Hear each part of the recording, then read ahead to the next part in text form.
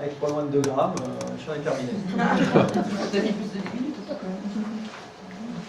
Si vous avez des questions à poser à Patrick, n'hésitez pas, c'est le moment.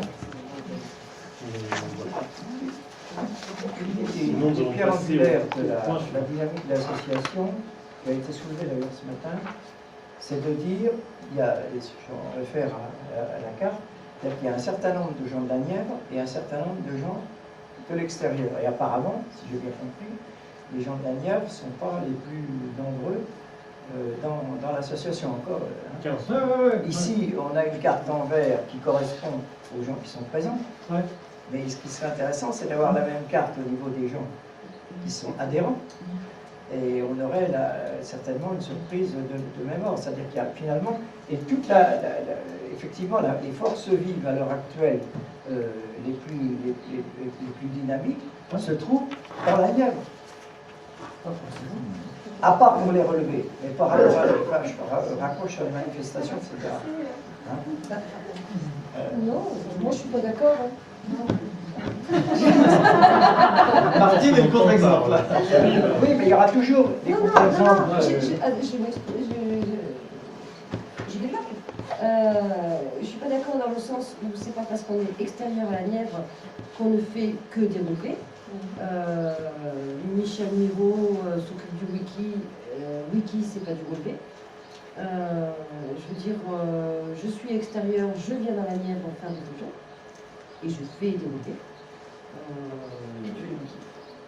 Et wiki, oui, non mais. Je veux dire, je ne veux pas tout dire. On aura toujours des militants de base comme toi. Ça, c'est. Mais bon, je ne suis pas une exception. Si. Non, Cathy, elle est de la Nièvre, mais elle ne fait pas que des relevés, elle fait des photos, parce qu'elle est présente et elle a plus de facilité que moi qui suis loin à faire des photos. Si j'habitais la Nièvre, je ferais des photos comme elle en fait tous les week-ends. C'est une question de volonté, c'est une question d'envie, c'est une question de passion. Chaque personne va mettre du temps, va donner du temps à Genièvre. On ne demande pas aux gens de donner le même temps. Je raccrochais sur les manifestations. Hein, c'était pas... les manifestations. Et la préparation d'une manifestation, les réunions qui vont avec, les contacts... 5 octobre, je vais venir. Ah oui, mais toi... Non, mais... Martine, il y a 79 adhérents. 79 adhérents qui viennent, qui n'ont pas tout. Je veux dire, c'est pas méchant de la part, mais ils n'ont pas tout compris quand ils ont adhéré. Ils ne savaient pas qu'en adhérant à Genièvre, Genièvre n'était pas une association où ils allaient pouvoir récupérer quelque chose par rapport à leurs 10 euros. On est d'accord, Martine. Simplement, 79 adhérents. Sur les 79 adhérents, regarde, en dehors des malades, ceux qui ont des indispositions très particulières, il n'y a que 20 personnes. Non, c'est ceux qui se sont cassés la jambe. Non, attendez. Je ne vais pas minimiser le fait qu'il y ait encore 20 personnes ici. Je dis simplement que dans le rapport qu'a annoncé Jean-Michel, dans le rapport qu'a annoncé Jean-Michel, des gens qui travaillent beaucoup pour Genièvre, qui s'impliquent complètement dans la philosophie de Genièvre, c'est pas très nombreux. La distance n'est qu'une fausse barre. Mais la distance n'a rien à voir. Je suis d'accord. Surtout pour les moyens de communication actuels. Mais justement, donc la distance n'est qu'une fausse barbe. Il y a une adhérente, je ne sais plus comment elle s'appelle. Il y a une adhérente qui a dit. Il y a une adhérente qui a dit sur la liste de la SOS qu'elle ne pouvait pas venir aujourd'hui parce que c'était trop loin. Elle habite à 30 km de Nîmes. Je lui ai proposé qu'on se rejoigne à Avignon. Je veux dire, elle avait une demi-heure de route. Elle n'a jamais répondu. Oui, tout à fait. Donc, aller dans la Nièvre parce qu'elle habite à Nîmes, ok, je peux comprendre que ce soit la distance qui la rebute, mais quand je lui demande de faire une demi-heure de route, est-ce qu'elle avait vraiment envie de venir? Donc là, pour moi, la distance, tous ceux qui ont répondu parce que c'était trop loin, c'est une fausse barbe, c'est pas vrai. Oui, tout à fait. Mais donc, par rapport à ça, les disponibilités sur un investissement d'organisation de manifestation, ça ne va pas... Il y aura les mêmes impondérables. Donc, c'est ceux qui travaillent. Les gens ne changeront pas d'excuses pour ne pas venir. Ils auront le mariage, ils auront le baptême, ils auront On est d'accord sur le... Et on sait bien, Voilà. Mais on sait bien que dans tout mouvement associatif, il y a toutes les implications avec tous les niveaux différents d'implication. Effectivement, il y a des gens qui se jettent dedans à fond, il y a des gens qui sont là simplement pour dire je vous aide, je vous donne un petit coup de main, je suis là, je viens faire nombre, je viens. Et en fin de compte, il y a besoin de tout le monde.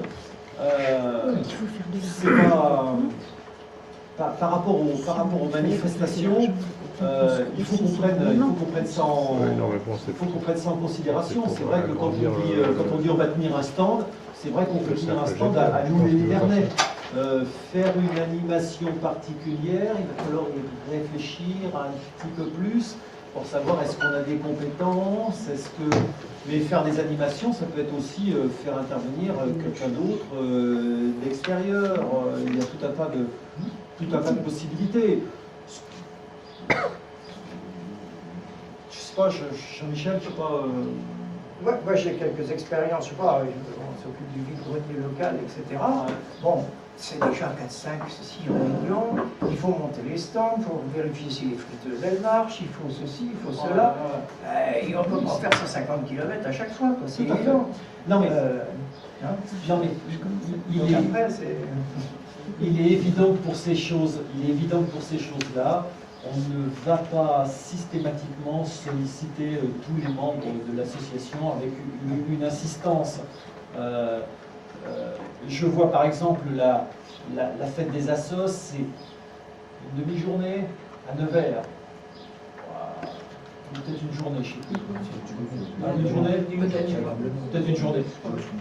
Normalement, avec les Nivernais, on tient le coup. Hein. Tous ceux qui voudront venir seront bienvenus, mais je veux dire qu'on devrait y arriver. Et je dirais que même à la rigueur, si on n'est que 2 ou 3, on devrait tenir le coup.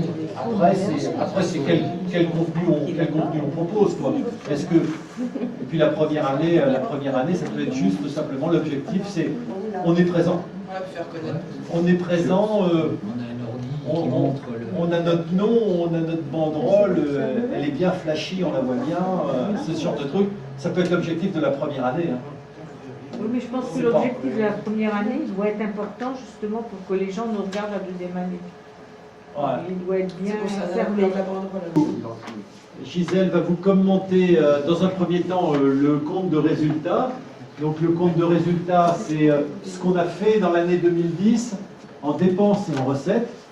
Et puis ensuite, dans un deuxième temps, on verra le bilan. Le bilan, c'est ce qu'on a, ce qu'on possède, quelle est la richesse de l'association.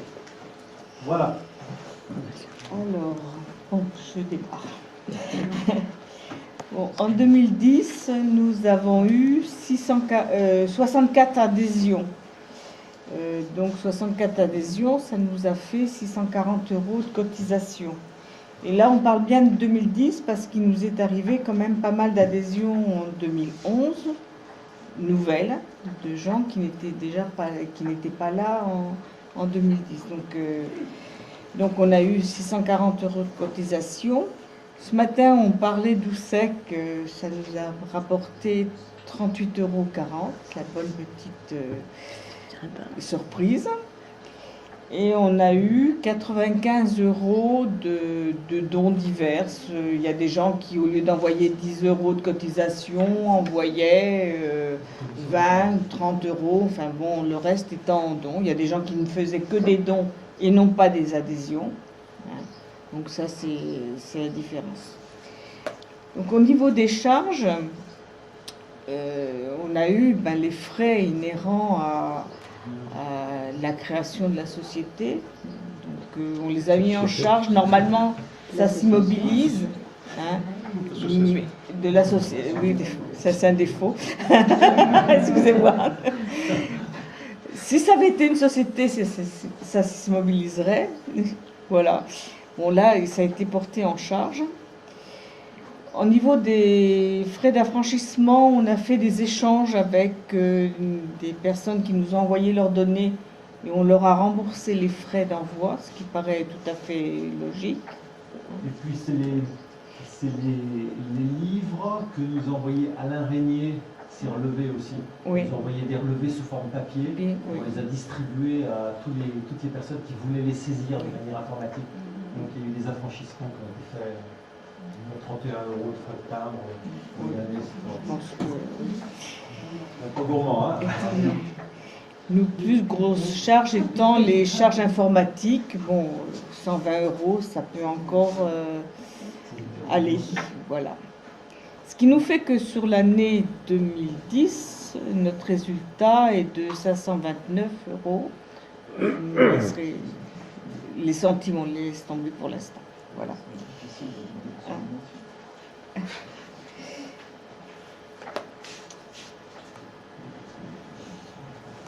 Donc, au niveau du bilan, ce qu'on vous disait ce matin, c'est que comme on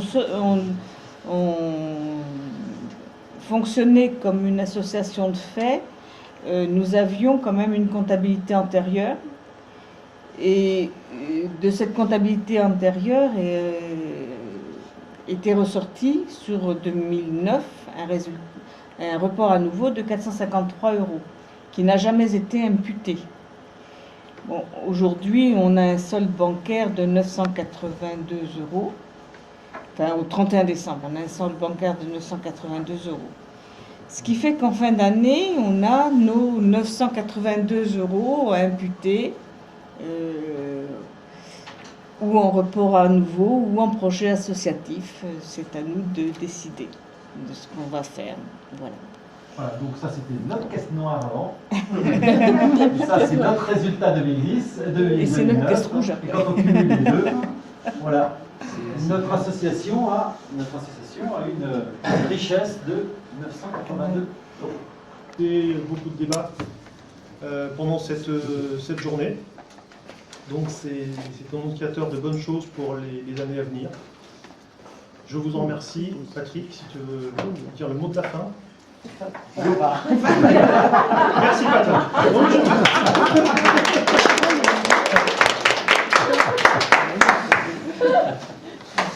Non, bah, rien à rajouter. Hein. Effectivement, merci à tous ceux qui viennent de loin, ceux qui viennent de près aussi, parce qu'ils sont fait venir.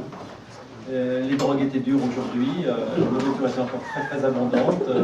Vos participations sont nombreuses, sont de qualité, pour nous ça dure. Voilà. Merci. Et le journaliste photographe n'est pas venu. C'est pour en faire une quand même. Oui. C'est bon mieux. J'espère qu'il n'y a pas de métier dans le craquet. Là. Écoute les crapauds.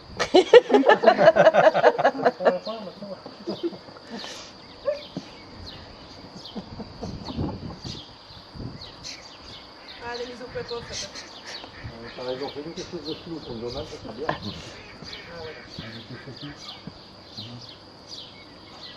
Et... C'est ça qui va,